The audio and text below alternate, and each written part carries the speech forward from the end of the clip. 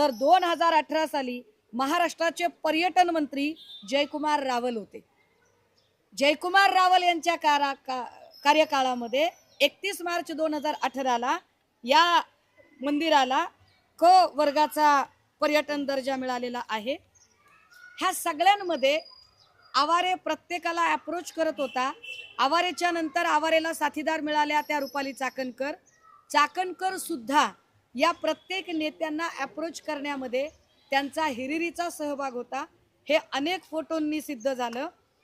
दीपक आबा साळुंके जे सांगोल्याचे आहेत, या दीपक आबांचे सुद्धा आर्थिक व्यवहार खरात सोबतचे हळूहळू पुढे येताना दिसतात। खरातच्या मुलीला एक आय थिंक 32-34 लाखाचा, माझ्याकडे आता प्रिंट नाहीये पण मी आपल्याला सॉफ्ट कॉपी देईल त्याची, गिफ्टेड केलेला फ्लॅट आहे। या सगळ्याचे धागेदोरे आपल्याला सांगोल्यामध्ये सापडतील। सांगोल्यामध्ये पूजेला खरात आणि ही सगळी मंडळी गेली होती। या अनेक ठिकाणच्या ज्या पूजा आहेत, जसं की इथे ललित पोफळेने जी पूजा भरवली होती, या पूजेला पण चाकणकर होत्या आणि सगळी माणसं होती।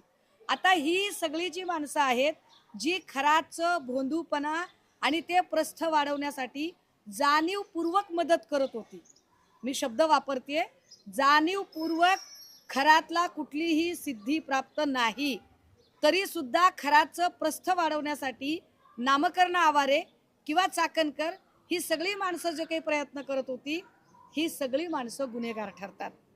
आता एवढे सगळे पुरावे देताना काल चाकणकरांच्या वतीने एक कोणीतरी वकील, कोणी काय माणूस तो काय, त्या माणसाचं असं म्हणणं पडलं की चाकणकरांनी ऑलरेडी खेमनरला पत्र दिलं होतं आणि चाकणकरांनी सांगितलं होतं की त्याने मोगम माहितीच्या आधारे केलेलं आहे म्हणून त्याचं वर्तमानपत्र बंद व्हावं, असं एक पत्र त्यांनी अधीक्षकांना दिलं।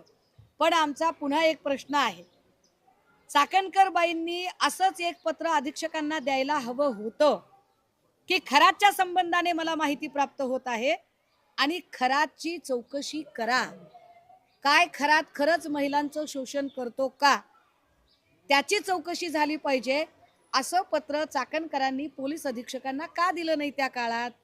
चाकणकरांना सगळी परिस्थिती माहीत असताना चाकणकरांनी गुन्हेगाराला पाठीशी घातलं, एवढं सगळं सत्य असताना आता मला प्रश्न पडतोय की SIT अजूनही चाकणकरांना चौकशीला का बोलावत नाही?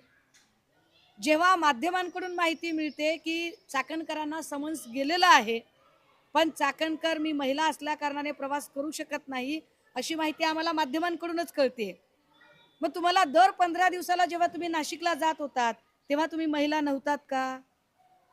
आयोगाची सगळी महत्त्वाची कामं सोडून जेव्हा तुम्ही नाशिकला जात होतात तेव्हा तुम्हाला हे कारण पुरेसं नव्हतं का? त्यामुळे चाकणकरांची चौकशी करणार आहात की नाही? आणि जर चाकणकर जर समन्सला अशा पद्धतीने उत्तरं देत असतील तर याचा अर्थ हा SITचा अवमान आहे, हा कर्तव्यदक्ष अधिकाऱ्यांचा अवमान आहे। काय कर्तव्यदक्ष अधिकारी हा अवमान सहन करत आहेत का? एक बार दुसरं असं, जयकुमार रावलांची सुद्धा चौकशी झाली पाहिजे, कारण जयकुमार रावलांच्याच काळात 2018ला पर्यटन दर्जा, कोणत्या निकषाने पर्यटन दर्जा दिला? कारण हेमाडपंथी मंदिर आहे असं जे काही सांगितलं गेलं तर हे मंदिर अजिबात हेमाडपंथी नाही।